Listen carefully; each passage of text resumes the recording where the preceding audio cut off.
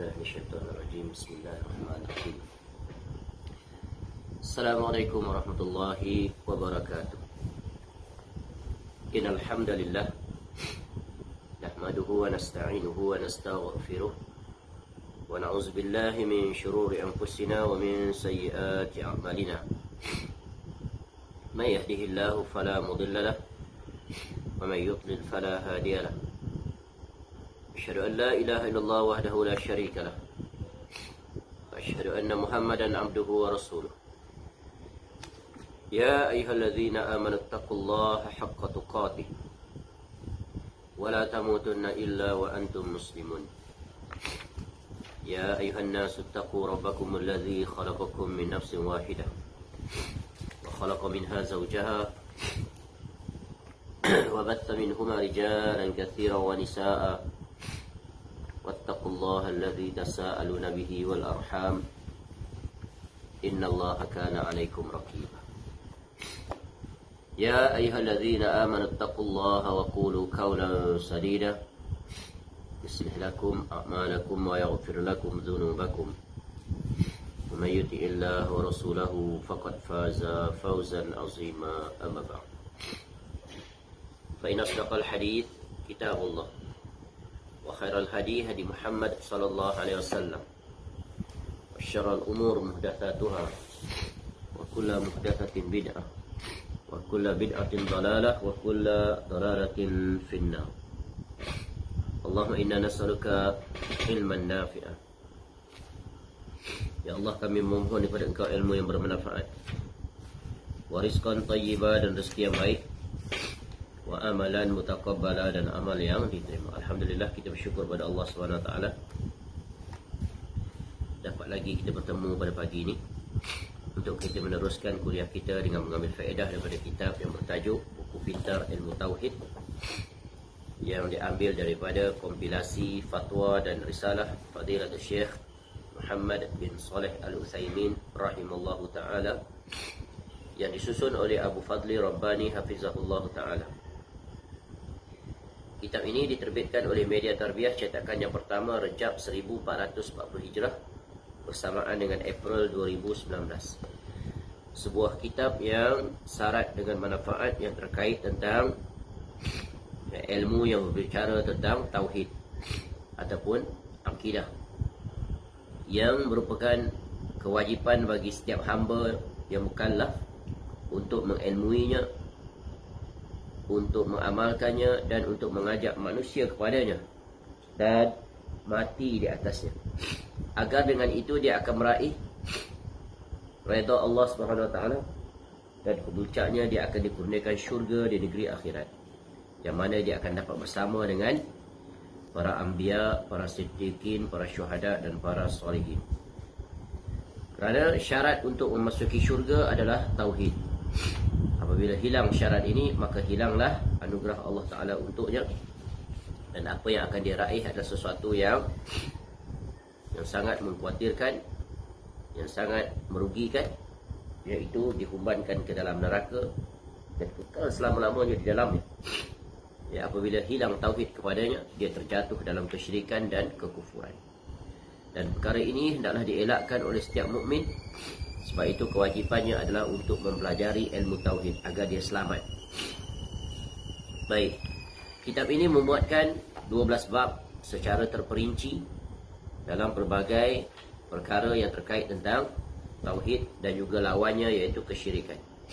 Dimulai dengan bab yang pertama, iaitu pengertian ilmu tauhid, dan diakhiri dengan bab yang ke-12, fenomena kesyirikan dari zaman ke zaman. Dan kita masih berada pada bab yang ke-11, iaitu yang menjelaskan tentang aktiviti manusia yang berpotensi jatuh pada kesyirikan. Dan bab ini merupakan bab yang paling luas, bab yang paling terperinci penjelasannya, sehingga mengambil hampir separuh daripada perbahasan yang terkandung dalam kitab ini. Di mana Syekh rahimahullah memaparkan di sini iaitu 28 aktiviti ataupun perbuatan ataupun amalan yang dilakukan oleh seseorang yang hendaknya dilakukan sesuai dengan aturan, ajaran dan hukum yang telah ditetapkan oleh Allah, agar ia sentiasa berada di atas tauhid. Dan diterangkan juga beberapa amalan yang membawa pelakunya kepada kesyirikan. Semisal sebelum ini telah dijelaskan seperti sihir, ya, ramalan bintang, ilmu nujum, memakai azimat, tatayur, yakni meramal nasib. Ya. Dan dalam 28 amal ini atau aktiviti ini semuanya adalah merangkumi contoh-contoh yang terkait daripada 3 jurusan perbuatan seorang hamba, iaitu amalan hati, amalan lisan dan amalan anggota tubuh badan. Dan insyaAllah pagi ini kita akan memasuki penjelasan Syekh rahimahullah, iaitu aktiviti yang terakhir, aktiviti yang ke-28, iaitu kesyirikan dalam ucapan, pada muka surat 534. Baik, kita lihat pada muka surat 534, perbahasan tentang aktiviti yang ke-28, kesyirikan dalam ucapan. Sebelum ini telah dijelaskan contoh-contoh amalan yang terkait tentang perbuatan dan juga amalan hati. Baik, berkata Syekh rahimahullah dalam aktiviti yang ke-28 ini, sebagaimana yang disusun oleh Abu Fadli hafizahullah ta'ala, lisan adalah satu pintu maksiat, pintu kesyirikan, bahkan kekufuran. Ini dari sisi negatif, ya, iaitu amalan lisan yang boleh membawa pelakunya kepada kemaksiatan, kesyirikan, bahkan kekufuran. Jika lisan itu tidak diatur, tidak dipandu, ya, berjalan mengikut ketentuan yang telah ditetapkan oleh Allah Ta'ala. Ya, pintu maksiat iaitu pintu dosa, pintu kesyirikan iaitu terbatalnya tauhid, pintu kekufuran menyebabkan pelakunya menjadi kafir.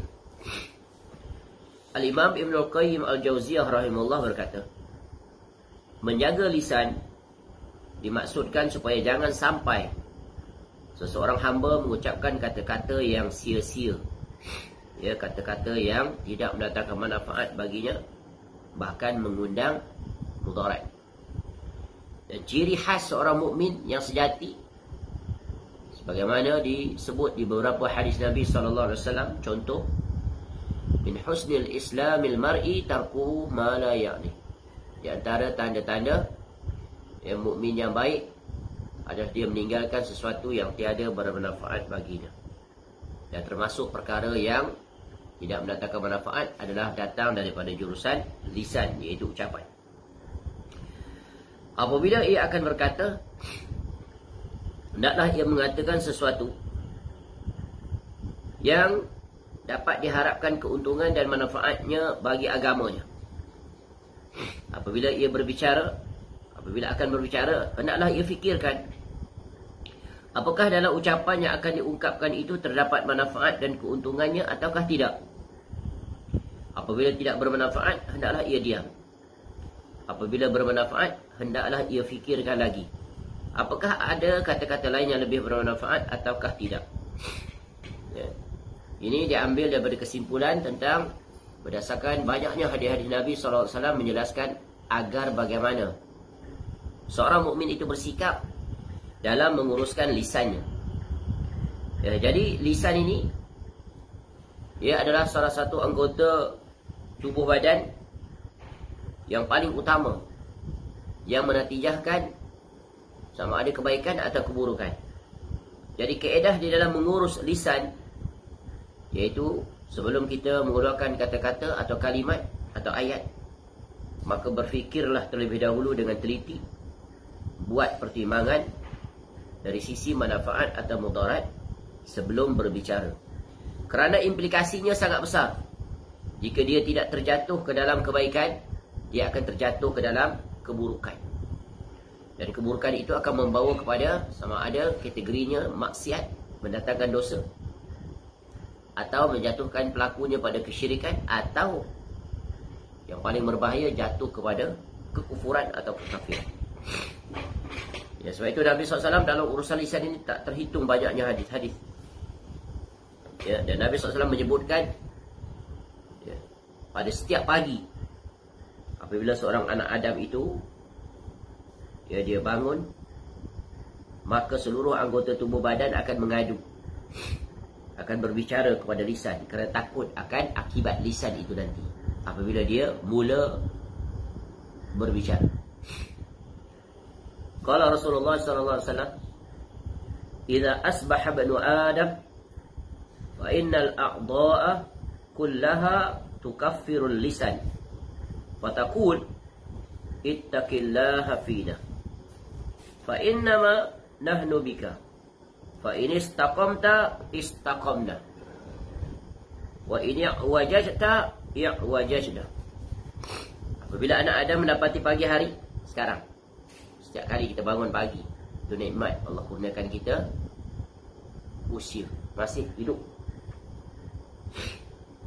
Seluruh anggota badannya menghibur, mengadu kepada lisan sambil berkata, "Ittaqillaha fina." Bertakwalah kepada Allah dalam urusan kami. Kenapa? Fa innama nahnu bika. Kerana nasib kami sangat bergantung kepadamu, wahai lisan. Jika kamu lurus, maka kami pun lurus. Fa in istaqamta istaqamna. Kalau kamu baik lisan pada hari ini, kami pun semua baik. Kamu kerana yang lain jadi apa? Jadi pak turut pada lisan. Lisan bagi arahan, yang lain akan berbuat. Wa in i'wajajta i'wajajna. Namun jika kamu bengkok menyimpang, maka kami pun akan bengkok menyimpang. Begitulah besarnya pengaruh iaitu al-lisan pada seluruh anggota tubuh badan, ya, dan juga perbuatan. Besar peranan lisan ini. Jika lisan tidak terjaga, maka akan membawa pemiliknya kepada, ya, kebinasaan. Dan setiap kalimat yang keluar itu hendaklah dia teliti dan berhati-hati. Kerana di dalam hadis yang lain Nabi SAW menyebutkan, "Innal abda la yatakallamu bil kalimati min ridwanillahi ma yulqi laha balan yarfa'uhu Allahu biha darajat." Sesungguhnya ada seorang hamba yang tidaklah dia mengucapkan sesuatu kalimat yang diredai oleh Allah, sementara ia tidak memperdulikannya, sehingga dengan kalimat itu darjatnya diangkat. Ya, dia ucap perkara yang baik, kalimat-kalimatnya yang bermanfaat, maka di sisi Allah dia mendapat keredaan dan darjatnya diangkat. Wa innal abda la yatakallamu bil kalimati min sakhatillahi la yulqi laha balan yahwi biha fi jahannam. Ada seorang pula hamba yang mengucapkan satu kalimah yang mendatangkan kemurkaan Allah, namun ia tidak memperdulikannya. Ini orang yang sembrono dalam berucap, dan ucapan-ucapannya itu pula mendatangkan kemurkaan Allah, sehingga dengan kalimat itu ia tersungkur ke dalam neraka. Jadi lisan ini hanya ada dua pilihan padanya, ya, iaitu keluar daripadanya kebaikan atau keluar daripadanya keburukan. Sebab itu Nabi SAW bagi kaedah. Setelah menjelaskan tentang lisan, sifatnya dan implikasi daripadanya, bagaimana untuk selamat, jalannya iaitu, ya, Nabi SAW bagi way out, solutions. Man kana yu'minu billahi wal yawmil akhir falyaqul khairan aw liyasmut. Barang siapa yang beriman kepada Allah dan hari akhirat, maka hendaklah dia berkata baik atau diam. So, we have only two choices. Nak selamat dari sisi lisan, berkata baik atau diam. Selain daripada itu, maka akan mendatangkan kerugian yang membawa kepada kebinasaan pemilik lisan. Semoga Allah, ya, menjaga lisan kita dan mengurniakan kita lisan yang baik, yang mendatangkan faedah, ya, menyebabkan kita selamat di dunia, apatah lagi selamat di negeri akhirat. Kerana Nabi SAW telah memberikan peringatan di antara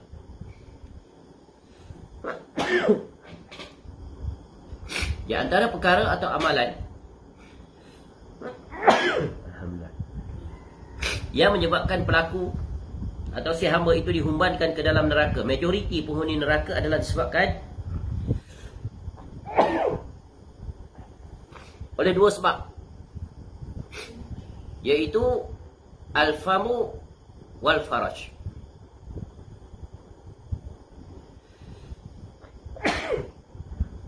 Iaitu bibir, al-famu. Ni apa yang keluar daripada bibir?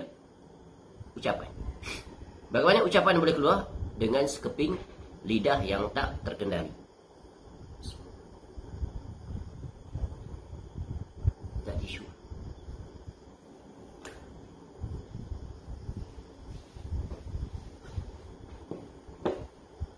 Baik, seterusnya kata Syekh rahimahullah, itu semua supaya ia tidak mensia-siakan waktu untuk perkataan yang akan ia ucapkan tadi.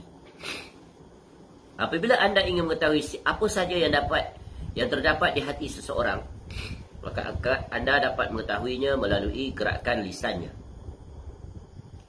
Kerana ucapan dapat menunjukkan apa saja yang terdapat di hati, baik ia kehendaki ataupun tidak. Ini kaedah cepat, kaedah mudah untuk mengetahui apa yang tersimpan di dalam hati seseorang, sama ada baik atau buruk. Mengesan hati seseorang, mengesan hati kita, sama ada sihat atau sakit, dapat dilihat dengan kalimat-kalimat yang keluar daripada lisan. Kerana apa yang keluar daripada lisan itu adalah manifestasi daripada apa yang tersembunyi, yang tersemat dalam hati seseorang. Ini kaedah umum, kaedah cepat, kaedah mudah. Nak tahu hati kita sihat atau sakit, hati yang terpuji atau tercela, maka dengarilah kalimat-kalimat yang keluar daripada lisan. Kalau kalimat-kalimatnya menyejukkan hati, berbuah manfaat, maka itu tandanya hatinya sihat, hatinya hidup, hatinya selamat. Tetapi kalau kalimat-kalimat yang keluar itu adalah kalimat-kalimat yang buruk, semisal seperti kalimat-kalimat yang dikeluarkan itu adalah kalimat yang menyakitkan hati, seperti mencela, mengumpat, menuduh, memfitnah, bahkan keluar ucapan yang membawa kepada kesyirikan dan kekufuran, maka hati adalah pemiliknya hati yang sangat sakit. Dan yang paling dikhawatiri adalah hatinya sudah mati, sulit untuk dirawat atau sudah tidak boleh dirawat lagi. Seperti yang berlaku pada orang-orang kafir yang kekal di atas kekafirannya, seperti orang-orang yang kekal di atas kesyirikan, dah bahkan menikmatinya. Baik, ada kalanya kesyirikan itu bersifat sangat samar dan tersembunyi. Boleh jadi seorang hamba telah terjerumus ke dalam perbuatan syirik tanpa ia sedari. Sebagaimana sahabat Ibn Abbas radhiyallahu anhuma mengatakan, syirik itu lebih tersembunyi dari jejak semut hitam di atas batu hitam di kegelapan malam. Inilah yang telah kita pelajari secara terperinci sebelum ini. Begitu juga dalam kitab yang sebelum ini kita pelajari, iaitu tentang kesyirikan. Iaitu syirik itu secara teliti dibahagikan kepada tiga. Satu, syirkun akbar. Yang kedua adalah syirkun asghar. Dan yang ketiga adalah syirik, iaitu syirik al-khafi.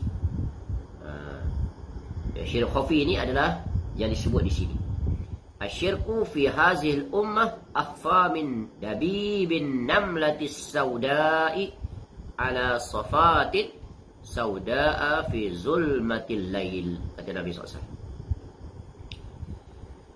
Syirik yang ada di tengah umat-umat, di tengah umat ini, hazil ummah akhfa, lebih tersembunyi daripada jalannya semut hitam, dabibin namlatis sauda, ala safatin sauda, atas batu hitam, fi zulmatil lail, di tengah kegelapan malam.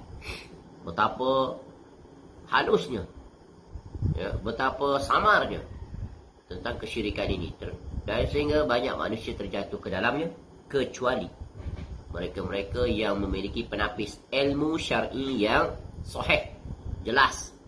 Inilah dia kewajipan mempelajari tentang, iaitu mentahqiq tauhid, agar kita benar-benar memiliki tasawur yang jelas, tepat, selamat tentang tauhid. Jika tidak, maka kebarangkalian untuk jatuh kepadanya sangat besar. Sebagaimana yang sering kita ungkapkan tentang syair itu. Araftu syarr la li syarr, lakin li tawaqqi. Dan seterusnya. Aku mengenal keburukan bukan untuk aku berbuat, tapi agar aku terhindar, terjauhkan daripadanya. Barang siapa yang tidak mengetahui keburukan, ya, maka dia pasti akan terjatuh padanya. Apabila kita mempelajari tauhid, maka pada masa yang sama wajib belajar tentang syirik. Dan menerusi kitab ini, ya, kedua-duanya itu dipelajari dalam pelbagai sisi. Jadi semoga dengan kita mempelajari kitab tauhid, kitab, ya, yang membicarakan tentang tauhid ini, Allah kurniakan kita kefahaman basirah, ya, agar kita dikurniakan kefahaman yang benar dan jitu, dan agar Allah berikan kita keselamatan. Itulah tujuan untuk kita mempelajari ilmu tauhid, ilmu yang wajib, ilmu yang besar, yang tak boleh tanggal daripada diri setiap mukmin sampai dia kembali kepada Allah, supaya dia terpelihara dan terjaga. Apatah lagi kita hidup di zaman ini banyaknya kesamaran, banyaknya tipu daya, banyaknya ucapan-ucapan dan perbuatan. Apatah lagi itu semua datang daripada para agamawan yang menyimpang, yang mendominasi. Ya, alangkah berbahayanya. Bagaimana dapat selamat keluar daripada mereka itu? Fitnah-fitnah yang datang sambar menyambar, ya, daripada pelbagai arah siang dan malam, tak lain dan tak bukan dengan mempelajari ilmu tauhid berdasarkan cahaya yang dibawa, yang diberikan oleh Allah. Iaitu apa? Al-Quran dan Al-Hadis di atas pemahaman para salafus salih. Baik, balik. Di antara ucapan-ucapan yang mengandungi kesyirikan adalah sebagai berikut. Yang pertama, Syekh rahimahullah mula membicarakan tentang contoh dalam bab ucapan. Mencela makhluk atas sesuatu kejadian atau keadaan.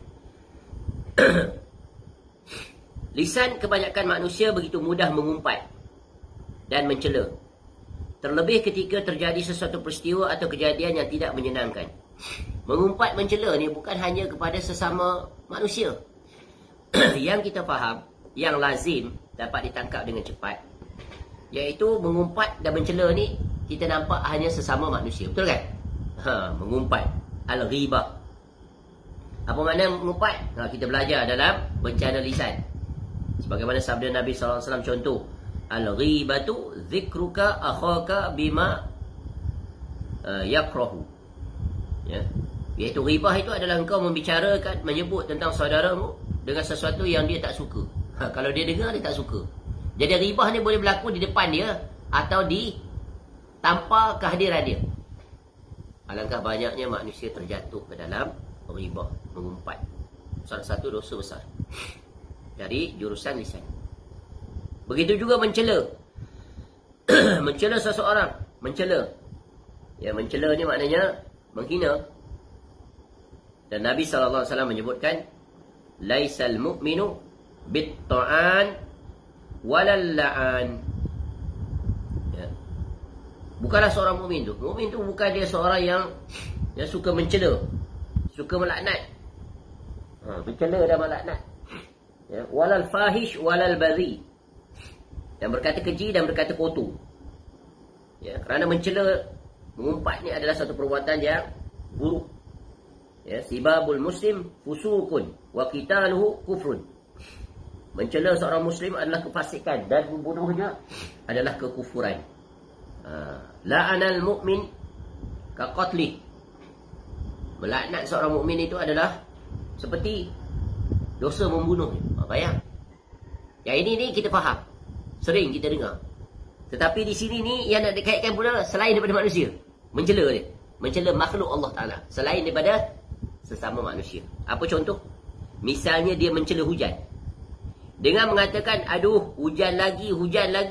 Dalam keadaan dia tak reda, dia tak suka. Contoh, sekarang musim hujan.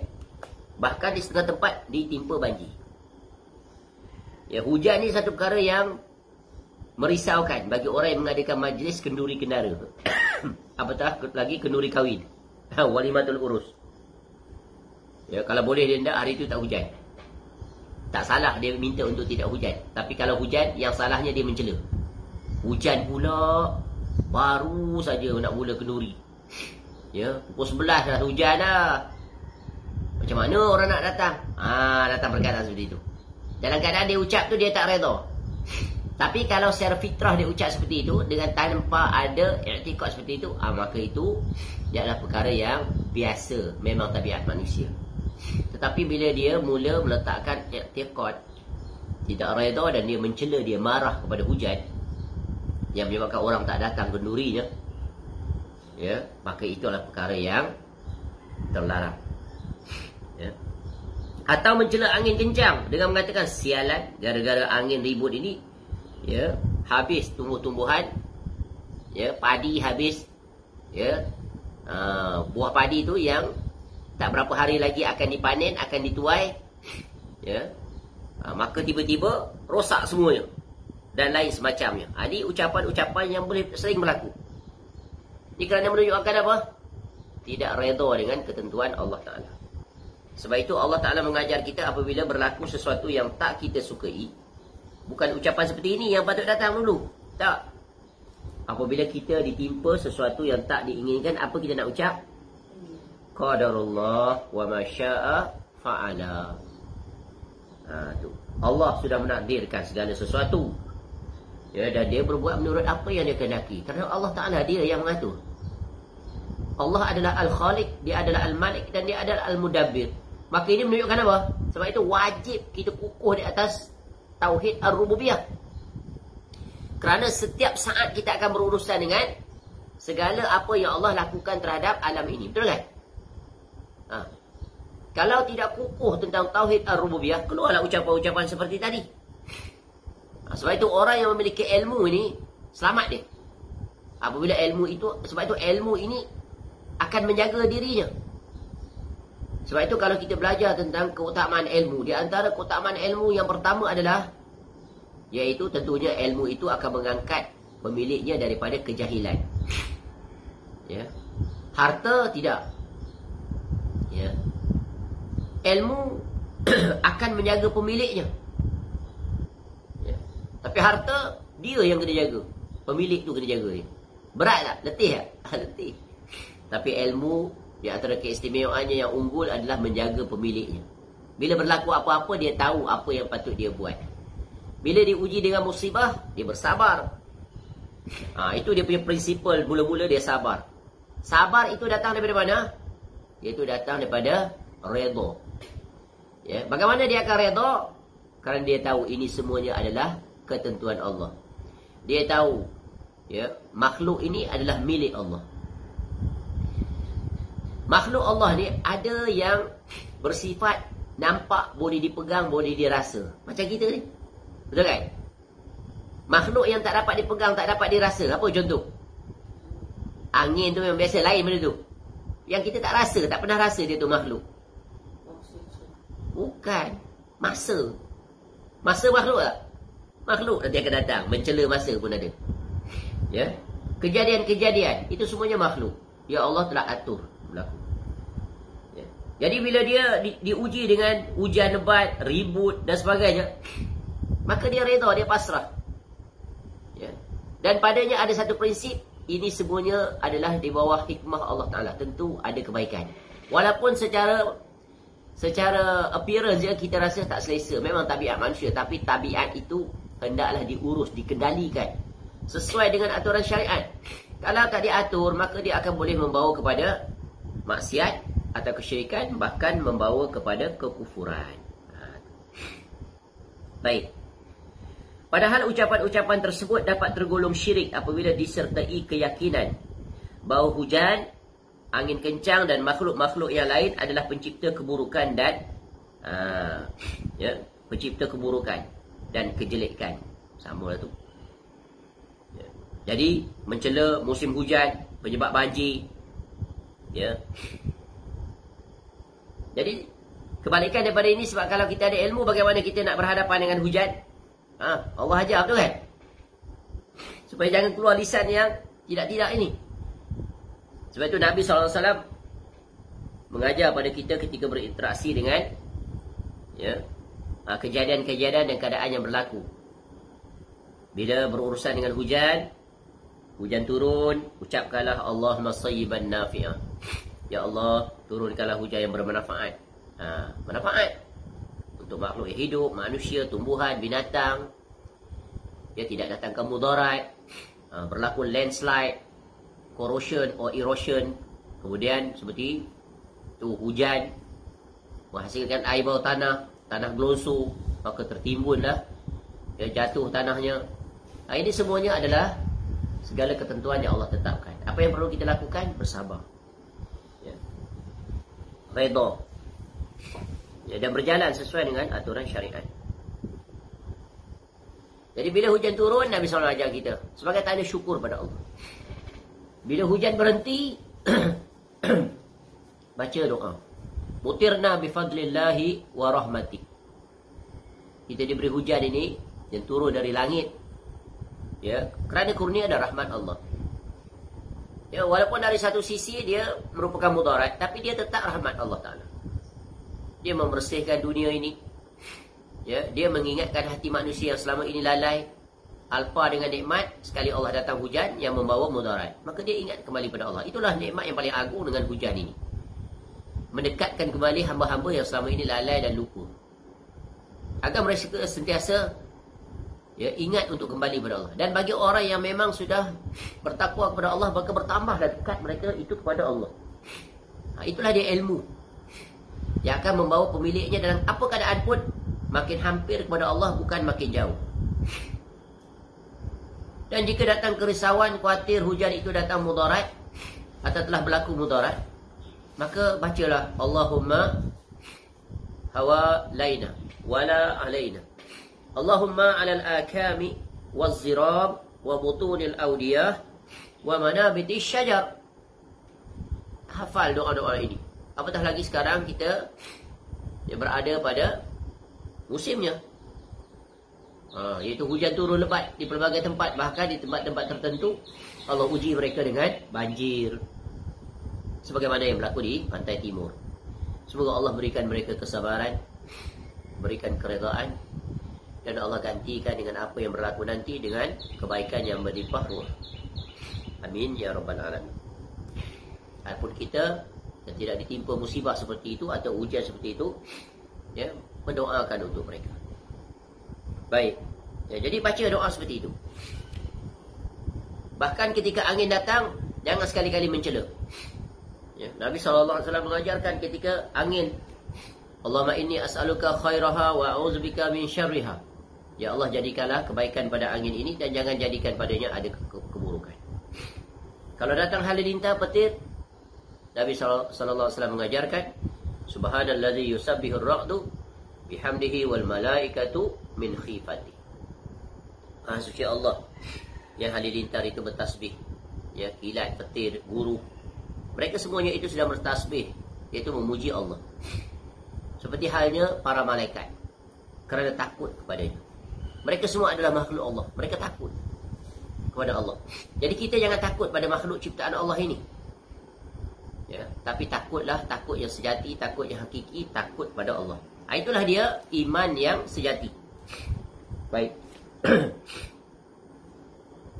Adapun jika cacian tersebut tetap dengan keyakinan bahawa hujan, angin kencang dan yang lainnya hanyalah sebab, sedangkan Allah yang menciptakan dan menetapkan takdir, maka hukum haramnya tidak sampai ke darjat syirik. Sebab cacian tersebut sama saja mencaci Allah yang telah menciptakan dan mengatur urusannya. Tapi dua-duanya dosa. Cuma berat ringan saja berbeza. Jika mencela, mengumpat, tidak redha, tidak setuju, bahkan memprotes Allah Ta'ala, maka itu adalah membawa kepada kekufuran, kesyirikan. Namun jika disebabkan tak redha, tak bersetuju, namun tetap menyandar kepada Allah, maka mereka berdosa. Diriwayatkan daripada Thabit Az-Zuraqi, ia berkata, aku pernah mendengar Abu Hurairah radhiyallahu anhu mengatakan Rasulullah sallallahu alaihi wasallam bersabda, la tasubbur rih fa innaha taji'u bir rahmati wal azab. Walakin salullaha khairaha wa ta'awwadhu billahi min syarriha. Janganlah kamu mencela angin. Sesungguhnya angin itu datang dengan rahmat dan azab. Akan tetapi mintalah kepada Allah kebaikannya dan berlindunglah kepada Allah dari keburukannya. Tadi kita dah baca doa. Kalau angin datang, bersegeralah kita membaca doa. Allahumma inni as'aluka khairaha wa a'udzubika min syarriha. Ya, persoalannya kita baca atau tidak. Sebab itu pentingnya ilmu. Ya, pentingnya menghidupkan sunnah-sunnah Nabi SAW. Pentingnya kita mempelajari, iaitu tentang amalan-amalan sunnah. Kerana Nabi SAW telah mengatur SOP keseharian hidup seorang Muslim. Ya, sunnah operating practices. Dalam urusan dunia kita bukan main lagi. Iltizam dengan SOP dunia. Standard operating practices itu. Ya, tapi jauh lebih awal Nabi SAW telah menggariskan very comprehensive, very detail, very systematic. Ya, setiap saat sejak bangun tidur sampai kembali ke tidur. Tak terhitung banyak. Dan kita telah mempelajari, alhamdulillah selesai. Sekurang-kurangnya kita telah masuk terlebih dahulu melalui pintu ilmu. Ketika mana kita mempelajari kitab Amalan Sunnah, ya, setahun, yang disusun oleh Al-Fadhil Al-Ustaz Yazid bin Abdul Qadir Jawas Hafizahullah Ta'ala. Alhamdulillah, kita telah selesai mempelajarinya dan kita ulang-ulang. Dan kita letaklah dalam, ya, jadual amalan. At least seminggu atau sebulan kita hafal dan kita praktik satu sunnah Nabi SAW. Kerana sunnah Nabi SAW ini tak terhitung banyaknya. Kemampuan terhad, masa terhad, usia pendek, tapi amalan banyak. Maka kita pilihlah amalan-amalan yang sering berlaku dan berulang-ulang. Apatah lagi pada musim sekarang, musim hujan, maka kita hafallah tadi amalan-amalan itu. Mudah-mudahan kemudiannya ia akan menjadi autopilot untuk diri kita. Auto, bila hujan saja kita dah tahu apa nak baca. Jangan diringankan amalan itu. Kerana ia berkaitan dengan, ya, akidah. Ni, tauhid. Jangan jatuh kepada orang-orang yang tak tahu aturan. Yang mereka mencela. Yang mereka tak bersetuju. Mereka marah. Bahkan marah lagi. Hujan pula. Tu. Baru nak silai baju, dia hujan lah pula. Tak ada baju lah hari ni nak pakai. Nampak tak? Banyak ucapan-ucapan sedih berlaku tanpa disedari. Ingat kaedah tadi. Asbab satu kalimat yang baik dan dia tidak memperdulikannya, maka dia akan meraih kebaikan, iaitu syurga. Asbab satu kalimat dia tak mempedulikan, tapi kalimat itu mendatangkan kerugian di negeri akhirat, dihumban dalam neraka. Fadilatul Syekh Muhammad bin Shalih Al-Utsaimin rahimahullah mengatakan, wajib atas setiap insan untuk tidak menentang qada dan qadar Allah Ta'ala. Tidak boleh mencelanya. Hendaklah ia pasrah terhadap aturan Allah yang sifatnya kauni. Ya, kauni ini adalah pengaturan. Allah atur silih berganti siang malam, dan sepanjang siang dan malam itu pelbagai kejadian-kejadian. Semuanya di bawah aturan Allah. Ya, kerana Allah itu dia adalah Al-Mudabbir. Allah yang mengatur. Makhluk dia atur. Maka kewajipan makhluk adalah mengikut aturan Allah Ta'ala. Sebagaimana ia wajib untuk pasrah terhadap aturan Allah yang sifatnya syar'i. Sebab makhluk-makhluk tersebut tidak mampu mengerjakan apapun kecuali dengan aturan perintah Allah Ta'ala. Wallahu muwaffiq. Jadi ingat, kita ni makhluk yang diatur, bukan yang mengatur. Yang mengaturnya Allah. Jadi kewajipan yang diatur ini adalah berjalan di atas aturan dan redha dengan segala aturan. Itulah hamba yang sejati. Bagaimana nak redha berjalan di atas aturan? Tentu dengan ilmu. Dan ilmu itu telah disampaikan oleh Rasulullah SAW. Ya. Sebab itu principle of life very simple. Accept the reality, navigate accordingly. Terima kenyataan, maka readjust our activity. Betul kan? Jika Allah uji dengan kesulitan, kepayahan, ibtila, imtihan yang kita tak rasa selesa dengannya, tentu kita tak rasa selesa, maka apa kita buat? Bersabar. Readjust. Sesuaikan. Cari jalan. Hadapi dia. Kalau yang kita sukai nikmat, apa yang perlu kita buat? Ya, bersyukur. Ya, di atas nikmat itu. Bagaimana tanda syukur? Kita telah belajar tentang rukun-rukun syukur. Ya, tak perlu diulang di sini. Boleh rujuk balik. Kalau kita buat catatan, insya-Allah kita ingat. Baik, itu adalah ya tentang contoh amalan yang pertama yang tercela, iaitu mencela makhluk atau sesuatu kejadian atau keadaan. Baik, insya-Allah ya kita berhenti di sini dulu. Ya. Nanti kita akan sambung untuk hari esok, iaitu yang kedua, mencela waktu atau masa. Wallahu a'lam. Mudah-mudahan bermanfaat. Subhanakallahumma wa bihamdika asyhadu an la ilaha illa anta astaghfiruka wa atubu ilaik. Wa sallallahu ala nabiyyina Muhammad wa ala alihi washabbihi wasallam. Wa akhiru da'wana alhamdulillahi rabbil alamin. Assalamualaikum warahmatullahi wabarakatuh.